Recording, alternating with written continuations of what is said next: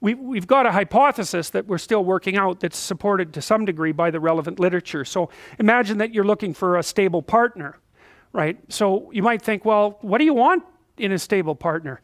And at least in principle, one of the things you don't want is too much mismatch between you and that person on the 5 fundamental dimensions. So for example, if you're really extroverted and you have a really introverted partner, you're going to engage in continual conflict about how much social activity the two of you should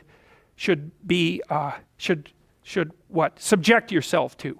And it's very, very difficult for people who widely differ on those dimensions to come to consensus, because it's not just a matter of opinion, right? It's really a matter of different, if you're looking at extremes, of really different types of people. And the thing about introverts is they just don't enjoy large-scale social interaction that much. One-on-one they're often fine, but in a group they don't like that, and it tires them out. Whereas a real extrovert, it's like you isolate them and they just wither on the vine, because a huge part of what actually motivates them in a positive way is tangled up with social interaction.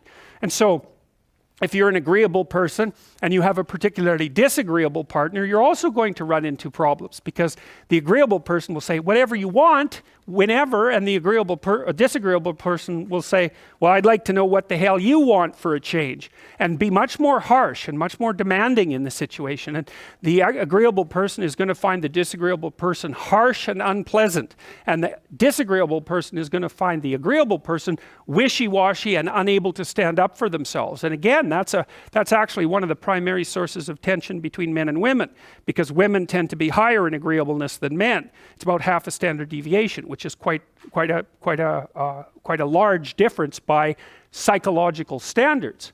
And so what that means, I probably haven't got the statistic quite right, but I think I've got it about right. What that means fundamentally, just so you have some sense of how large an effect that is that if you have a group of men and women and you pick out random pairs, the woman is going to be more agreeable than the man 60% of the time. So that's not an overwhelming proportion, but it's reliable, and it's quite large by psychological standards.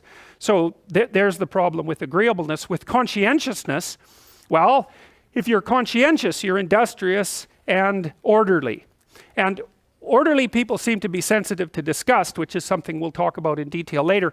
We've had a hard time specifying exactly what makes industrious people industrious, because it's hard to come up with an animal model for that sort of thing, and there's no theoretical model. But our latest idea is that, it's not my idea, it's actually the idea of my graduate student, Christine Brophy, is that industrious people find it unpleasant and unsettling to not be doing something. So it isn't so much that industriousness makes them happy or fills them with positive emotion. That would be more extroversion, right? Because extroversion is the positive emotion dimension. It's that industrious people can't stand sitting around doing nothing. And this is speculation, but human beings are obviously always engaged in the exchange of labor, especially the reciprocal exchange of labor. And you can imagine that in a community where everyone knows everyone, the people who work hard are going to be pretty irritated on a fairly chronic basis with the people who are completely unproductive. And my suspicions are that plenty of people who were completely unproductive in the history of the evolution of our species were wiped out by people who were unhappy with their lack of productivity. And so I think, generally speaking, human beings have this sense of ethical obligation with regards to one another to share labor. And people who are conscientious really, really feel that. So they feel bad if they're not busily working on something that's productive all the time. And so the advantage to being with someone conscientious is, well, they're going to work like mad, but the disadvantage is they're going to work like mad.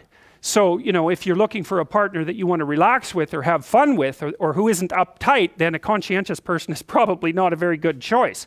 On the other hand, if you're a conscientious person and you're living with someone who's really unconscientious, that's good, because they might be able to help you relax, but you're not going to be happy with them because they don't work nearly as hard as you do. But even worse, on the orderly dimension, some of you have had roommates, and maybe you're more orderly than your roommate. What does it mean? It means you're annoyed by mess before they are. And you don't have to be annoyed by mess much before your less orderly roommate for you to be the one that's always running around picking things up. And so actually one of the things that's emerged from the psychometric analysis is that women are slightly more orderly than men. And I suspect that has something to do with the, what would you call it, inequitable distribution of housework. Because even if imagine that your proclivity is to be triggered by disorder 25 seconds before your partner's. Well, you're going to end up, it doesn't take much difference for you to be the one that's always concerned about the mess first. So anyways, and so if you're a really orderly person and you live with a disorderly person, well, good luck getting along with them. They're going to regard you as like uptight and over concerned with details and unwilling to relax, that's for sure. And they're going to regard you as, well, just a bloody mess. And how can anyone possibly live with someone like you? And so another reason why it's useful to understand your personality is because I think it gives you a better crack at finding someone that you can actually live with over the long run. And we don't know what the optimal, I don't think you want to live with someone who's exactly like you, because then both of you have the same strengths and weaknesses. And there's a bit of a problem there, right? Because maybe an agreeable person can use a bit of a disagreeable person around them to balance each other out, and vice versa, right? So we don't understand the optimal balance for long-term thriving in a relationship, but I think we do understand the fact that if you're too different in your traits, that where you're different is going to constitute a chronic source of conflict.